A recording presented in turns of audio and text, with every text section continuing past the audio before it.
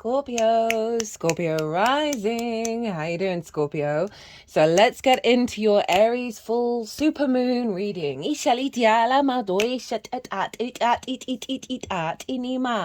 Hello, my name's Chloe. I work with card divination, astrology, and I channel multi-dimensional energies through my body.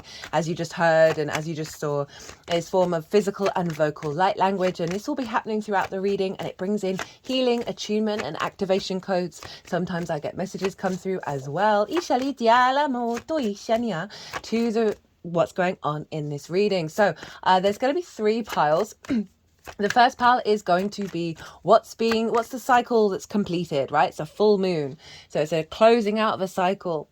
What's wrapped up with this full moon for you, my lovely Scorpios. The second pile is, even though it's a full moon and it does mark a completion, it also brings in a download that we then work with over the next 6 months that takes us to the Aries new moon next year. So that's pile 2. What is the download? The most integrated and expansive intention of this full moon that you're going to be working with over the next 6 months. Ooh, okay. Oh, well, I know that's a little too many. And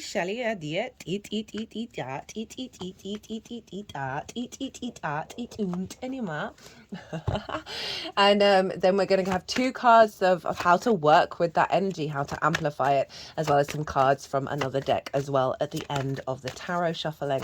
So I'm going to be breaking down the astrology for Scorpio rising. So for those of you who have Scorpio elsewhere in your chart, look what house it falls in, the themes of that house, and you want to apply those themes as well as all the other meaning you've got going on in the sign of Scorpio to the messages that come through, because it will be as if that Scorpio energy, wherever it falls in your natal chart, has now energetically moved to the first house. So the astrology for the rising sign will still link in. You've just got to add on your own natal chart meaning on top of it. And we've got this big full moon in the sign of Aries. And where is this happening for you, Scorpio rising? Well, it's in your 6th house of work. How you work, how you figure things out.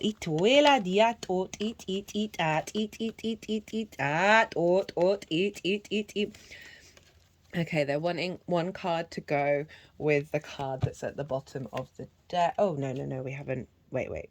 Oh, okay. Yes.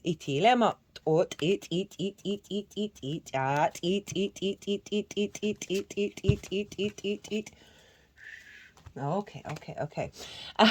Sorry about that. Sometimes I have to just sort of shut off my conscious mind while the energies are doing their thing. What was I saying? Yeah, 6th house, work, right? How you figure things out. It's physical. It's like the work that you do, the way that you work. It is your physical health, your routines. It's also linked into co-workers and pets. So there's things around collaboration, working together, as well as this element of giving and receiving, of dependency, right, with the pets, of putting in the effort for something else, the act of service. And this moon, okay, all the cards are out now. So you got we got an extra card from this deck. So this full moon, this moon in Aries, is conjunct Chiron, the wounded healer, the master teacher, right? And so there's a 2-pronged effect here, right, of clearing a lot of wounds around work for you, around your physical health, around routines, how you collaborate, and your acts of service. And as well as that, you're finding deep wisdom that's elevating your capacity to be your unique self, your individual frequency, your I am of it all, the Aries of it all, in the way that you work. This moon is phenomenal, right? I've broken it down, as I said, in the collective reading. If you want to pause this, go watch the collective reading where I've broken down the astrology in way more detail, did collective tarot, channeled messages came through, and that's where I really expand on what this moon is all about and how it's showing up in the most high integrated and expansive intention of it all. All these oracle cards, I always pull them before doing a transit series. And it's the last thing that I do. I'll be probably recording this on the day of the full moon, the oracle reading, and it's some big energies, like some hardcore energy. And that came through in the Libra eclipse as well in the oracle reading, that because we've shifted timelines, we're now really stepping up to the plate. And we're capable of doing it. It's not as dense. Doing the work isn't as dense anymore. Eat. Now, the sun is over in Libra, conjunct Juno, who represents commitment, your ride or die, right? The things that are truly important to you. And Libra for you is in your 12th house, your hidden house, your house of mysteries, right? In that is the unconscious spaces. And in those unconscious spaces can be anxiety, depression, loss, grief, isolation, right? All of that good stuff, right? We're all those unconscious responses of limiting beliefs and trauma responses. Now, underneath all of that is the magic of your soul. And that is the cosmic joke of the natal chart, that underneath all of the dogma and the programming is the root energy of you that feels probably quite inaccessible. And the whole spiritual journey is to peel back the layers to get that really amplified. Of your core energy is the equilibrium, the truth, the clarity. It needs a balance.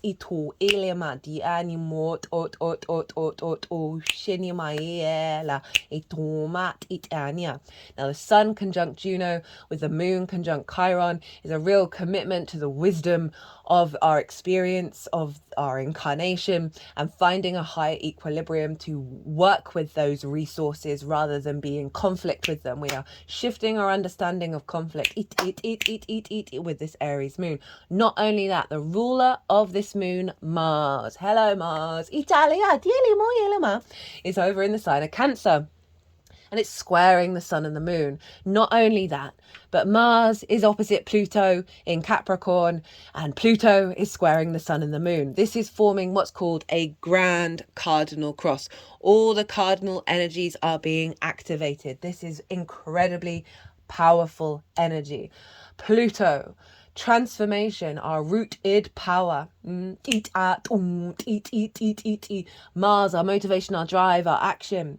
They are squaring off with the sun and the moon. Now, we can see a lot of drama, a lot of frustration, a lot of wounds show up. But trust and know that this is recalibrating. So our intuitive understanding of our motivations and drives, Mars in Cancer, are in alignment with our capacity to build in the long term, Capricorn, and transform that energy that liberates us into being the individual while working with the collective. That's the overall energy. But for you, you've got this Mars in the 9th house of your perspectives. Right? How you map yourself out in the world, how you connect the dots, right? How you learn and understand and share your information. So you've got a very intuitive understanding through your actions, observe your actions around what the truth of your perspectives really are, rather than being in the head. Pluto over in Capricorn is in your 3rd house of how you find meaning in the day-to-day, right? Your local community, your environment, the things you do on a day-to-day basis, your environmental frequency, the lens in which you communicate through. Capricorn, Pluto is radically transforming the power behind that, and your perspectives of being able to incorporate those higher perspectives into your day-to-day and activate that into the way that you work, while liberating wounds from the unconscious spaces and giving a deeper level of commitment to the magic of your soul and infusing that all back into the moon in the way that you work, right? And being able to put that into practice in your day-to-day. We have this grand water trine going on. We had it with the Libra eclipse between Venus, Mars and Saturn, all in water signs. Now we have Venus, Mars and Neptune. So we established a level of integrity with our water body, with our emotional responses, with the memory that we hold and the intuition that is elevated. And now Neptune is bringing that magical reality in of like, right, we've got this. We are now elevating the way, and for you, the way that you work with this magical reality from a creative point of view.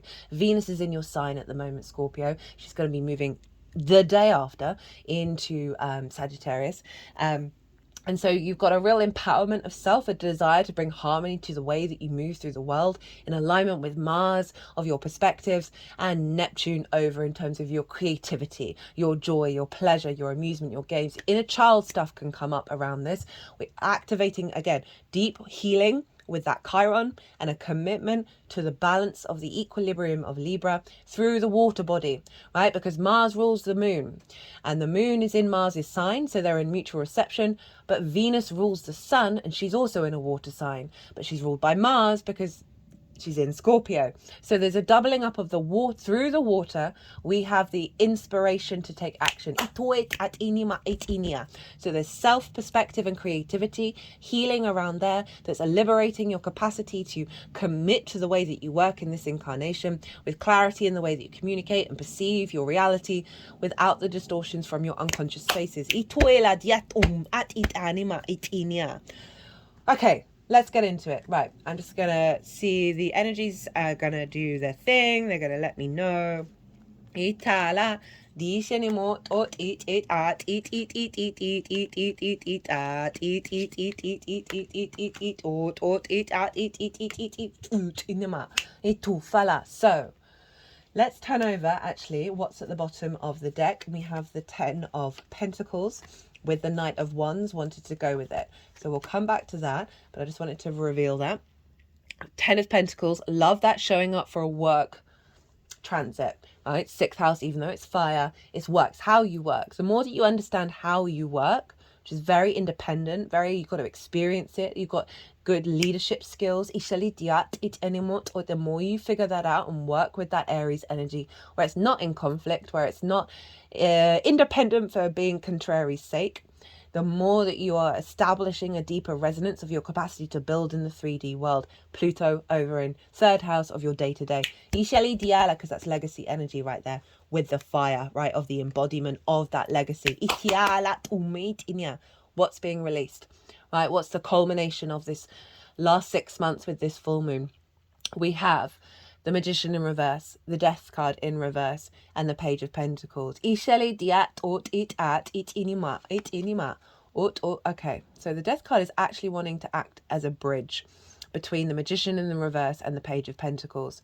Okay, so we have the Magician, which is about in reverse, so blockages around your capacity to create in the world, your understanding of your own capacity to manifest, and see all the resources around you and work with them and be able to create from that, right? So there's been some restrictions. That's that Chiron energy, right, around the way that you work, around feeling confident and feeling like you are in your own power with the Magician. So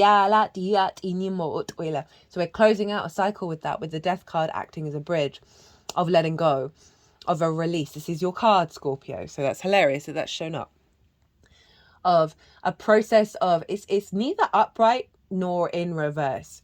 And so there's this element of the awareness of releasing, but there may have been some resistance to it. Like it's not felt like it's necessarily been a easy transition with this process of like, what is this about and why, and this is so frustrating. But the Death card showing up as the bridge to the Page of Pentacles, which is a new way of understanding, a new way of looking at the way that you work, of creating and building in the 3D world, new messages, new perspectives, that you've had to go through a slow journey of embodiment, of awareness of the transition phase, and that can be difficult.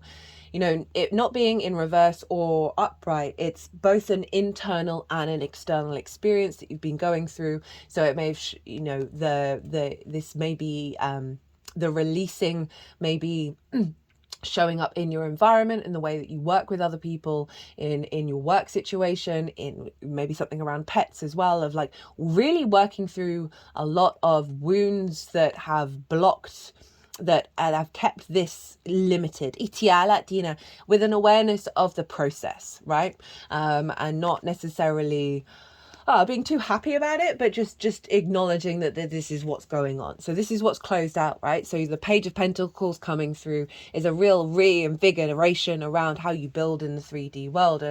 Pages are very youthful. They've just got into the court. They're very excitable. It's a fresh new perspective. But the Page of Pentacles is very studious. So it's saying that you have been like slowly putting these things into practice and finding more resonance and finding more joy. And so this is closing out that cycle of this recalibration away from this block, right, of that Chiron in Aries, of you truly being able to manifest in the way that you would like. Mercury will actually be in Scorpio at the time. I'm thinking of the Magician, which is Mercury's card. And so there's an activation. It's been in Libra for a while, obviously not the whole 6 months. So there's now with Mercury being in your first house, you've got more insight around of how you want to operate, which I think is going to amplify this Page of Pentacles. Okay, what's being activated with this moon? We have the King of Cups, the Lovers, and the Six of Wands. Six of Wands has been showing up pretty much consistently for everybody, which is great. I'm loving it because the Six of Wands, this figure has gone and done a thing that it's instinctively knows it needs to do, even if it's not like the most joyous thing in the world, right? It's just the thing that needs to be done. And it's required some effort and some work, and then they're celebrated for it. So the oracle reading is very much this transition, like this sort of going through the fire and being transformed and knowing this is what we have to do and having the courage and the will and the instinct to do so, and then coming out the other side and coming into a state of victory. So we've got the King of Cups and the Lovers. So the King of Cups is very much your energy, Scorpio, of through this frustration, right, and the releasing of the blocks. There's some wounds around I feel like it's a release around the frustration around stagnation, right? Sometimes we need those moments in order to truly understand the depth of our power, right? When we're put in pause mode. And the King of Cups showing up as what's being activated following that is so powerful for you, Scorpio, because this is your embodiment of self. Right? The King of Cups is in the eye of the storm. It's not bothered about all the chaos around it. It understands the ebb and flow of emotions and is still remaining calm, serene, and being able to take action on it. So this is you really like through your scorpionic energy, obviously you're ruled by Mars as well, right? With that Cancer, Mars up in Cancer, of your perspectives, of the embodiment of the way that you work, and being very calm about it, and really being able to harness your Scorpio energy into your Aries, the way and your instincts of the way that you move through the world, because we've got that fire coming up at the end. But it is just a level of maturity, a level of sovereignty of your emotional body, any wounds you've had around work, around co-workers and all of that kind of thing, physical health. You're now more in your power. This is what's coming through. And then we have the Lovers. Now, the Lovers is about the making right decisions at big crossroads in your life, because you're integrating the masculine, feminine, and spirit all together to be able to make that decision in the 3D world from the spiritual alignment. So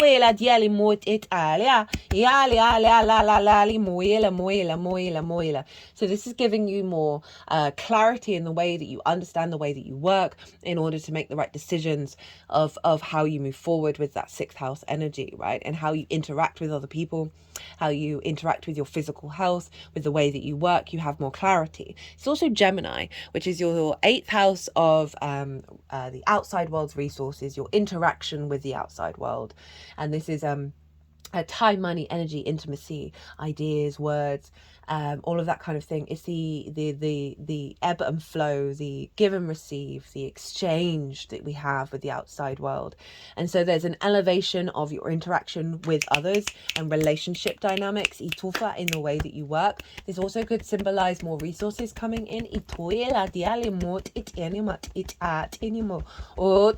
like a project or something, of the way that you work. but also it is like the relationship dynamic you have with source is where we get the downloads. There's a clarity of the downloads that you're getting that is going to facilitate you being able to make the right choices around the way that you work, right? Around the way that you find meaning in your day-to-day, and bring that all together in alignment with your capacity to build from your own inherent frequency in the day-to-day, in the way that you communicate, in the way that you perceive things, that's coming from a more equilibrium place of the balance of Libra over in your 12th house, that is you're in union with the outside world rather than being in conflict with it. Dina, there may be some more reciprocity, maybe bonuses, commissions, of the outside world seeing the way that you work and being like, hey, I really like that, what's going on there. I'm gonna commission this person to do a thing. And with the Six of Wands, again, this is someone who's gone and done the thing and they're now being recognized for it. We've got the victory wreath. There's an element of manifestation that's coming through that. You didn't do it for those reasons, but there is a sense of reciprocity here. This figure is about to go and be celebrated. There's about to be a really big banquet go on because they've done the damn thing, right? So there is this sense of reciprocity and recognition for your work that's coming through. Whether that's just yourself, your internal self, or the external world, it's all going to depend. But overall, there's an instinctive nature that you're operating from, where you don't need that recognition, but you are stepping up to the plate to doing the things that you need to do instinctively from your frequency, and it's going to feel really good. And that's kind of doubled down by that. We've got the 10 of Pentacles, the Knight of Wands, of you being able to instinctively embody the actions, right? Fire knights embody their action of the way that you work, of understanding, of having a clearer insight that is based at the root of it, the foundations of your legacy. This is a city. Cities take forever to build. There's a long-term energy coming in here. All with the High Priestess underneath. There's coming from this very watery energy that's allowing you to have some faith and trust in your instincts now. The way that you figure things out. How to amplify this energy. How to really, really work with this. We have the Knight of Swords and Judgment. Okay, so this is having a real trust in the ideas that you have and taking action on them, and not second guessing yourself over this process. And also Judgment is all about, this is Pluto's card, okay, as well. So there's a sense of doing some work. Oh, okay, I can see this as, and this is not normally my, I'm going to say this phrase, it's not usually my vibe, because energy doesn't go away, like cord cutting. This is what I'm feeling with this, is cord cutting of old perspectives, right? Because these are the dead. These are old versions of you, as well as your ancestors, your soul lineage. They are no longer entangled. They're no longer stagnant and stuck. They're being raised up so they can move on. Okay, so there's something around moving on. We've got movement here, and we've got the sword, right, of the cutting. But there's something around the liberation of perspectives that have diminished your actions, that may be based on ancestral energy, as well as just old versions of yourself. And so I would observe your actions, I would observe these things and see what you're intuitively guided to in order to release and let go of, right? This is also, we can link this into Libra, of those unconscious responses. There's going to be an upgrade around that, but because these have shown up of how to work with it, it's calling you to look at that, right? So it may be also looking at what your the ideas that are coming through and what actions they lead to, and like following that through. Okay, there's two things coming through. Following it through to be aware of what's limited you, as well as I do genuinely feel like you're going to have some inspiration in your actions, like some ideas that is going to do some deep healing work. So it's perhaps going to be things that are quite sudden, that are changes of character, right? That don't necessarily feel like the way that you would normally do things. that is going to help you break out of certain energetic timelines. I recently had sort of a revelation around this card, right? So this card, along with the Five of Swords, are the only two cards that have these jagged clouds, right? Which kind of represent discord and conflict. And there's so much energy going on in this. Like, it can feel like fools rush in. It can be very quick to conflict. But the way that I was looking at it was this figure isn't paying any attention to any of it, is moving through that conflict with a sense of clarity. So there's lots of different things coming through with that in terms of the resonance in which your thoughts and your actions, I think you're really gonna very intuitively know which ones are the old patterns and which ones are the new patterns, and you're gonna have a real strong powerhouse behind you to be able to liberate the old energy as well as and then transform it into the new frequencies. Now you've got a lot of cards show up. We have the Emperor. Hello, Aries.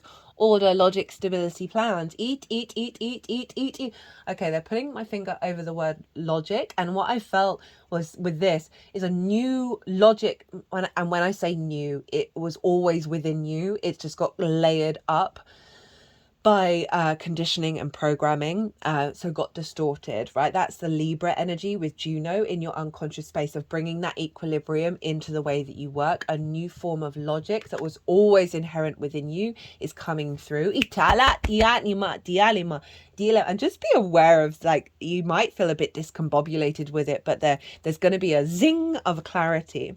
We have Judgment. Okay, so we're doubling up on the Judgment card. Results, decisions, outlook, finality. Again, they're focusing on decisions and outlook. That there's an alignment around the way that you figure things out and the way that you make decisions. The Lovers, and the outlook of the world and how you work in the world.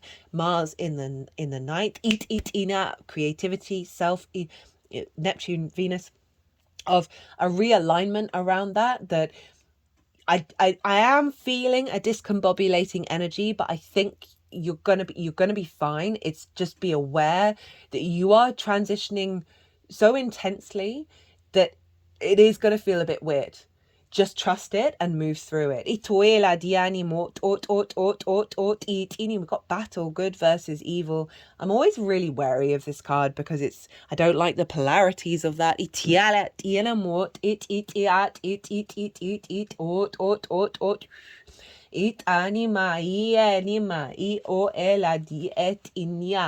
Okay, it's wanting to go in the reverse and it's going here. So it's that kind of like it's recalibrating your perspective around the duality of good and bad and how that creates conflict, and really allowing yourself to breathe with that Aries energy in the 6th and not see things as a battle. And then we have karma, domino effect. Yeah, that you've really done the work in order to shake all of this up. And I like that that's shown up because it's kind of acknowledging like perhaps the heaviness that you've gone through. Of that Magician in reverse, like that's pretty hardcore. But it's getting you to this place that's, you've got double judgment, you've got double ascension going on with the 10 of Pentacles. Like it's got that needed to happen in order to really discombobulate everything for new things to come about. And when I say new, it's always the truth of yourself. Right, Scorpio, I'm going to leave it at that. That was fun. I hope you enjoyed this reading. I hope it resonated. If it did, don't forget to hit that like button. There's an offer on at the moment that's going on until the 22nd of October. If you book a personal reading on my website, you will get double the amount of time for the reading that you pay for, and it doesn't have to happen in that time frame. There's a calendar, you can book it way in advance and you'll still get double the amount of time. And other than that, Scorpio, be good to yourselves, be good to those around you, safe travels, and be well until we meet again.